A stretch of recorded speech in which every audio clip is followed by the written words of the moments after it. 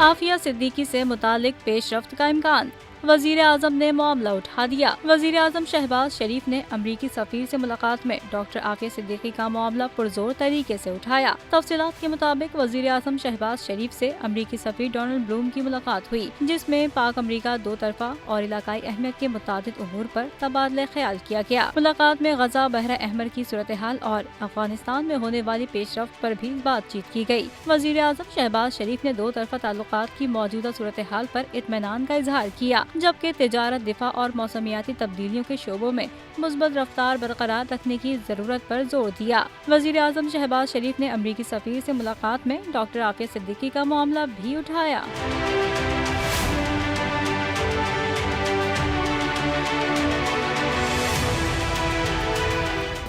Subscribe करें और bell दबाएं ताकि कोई खबर रह न जाए।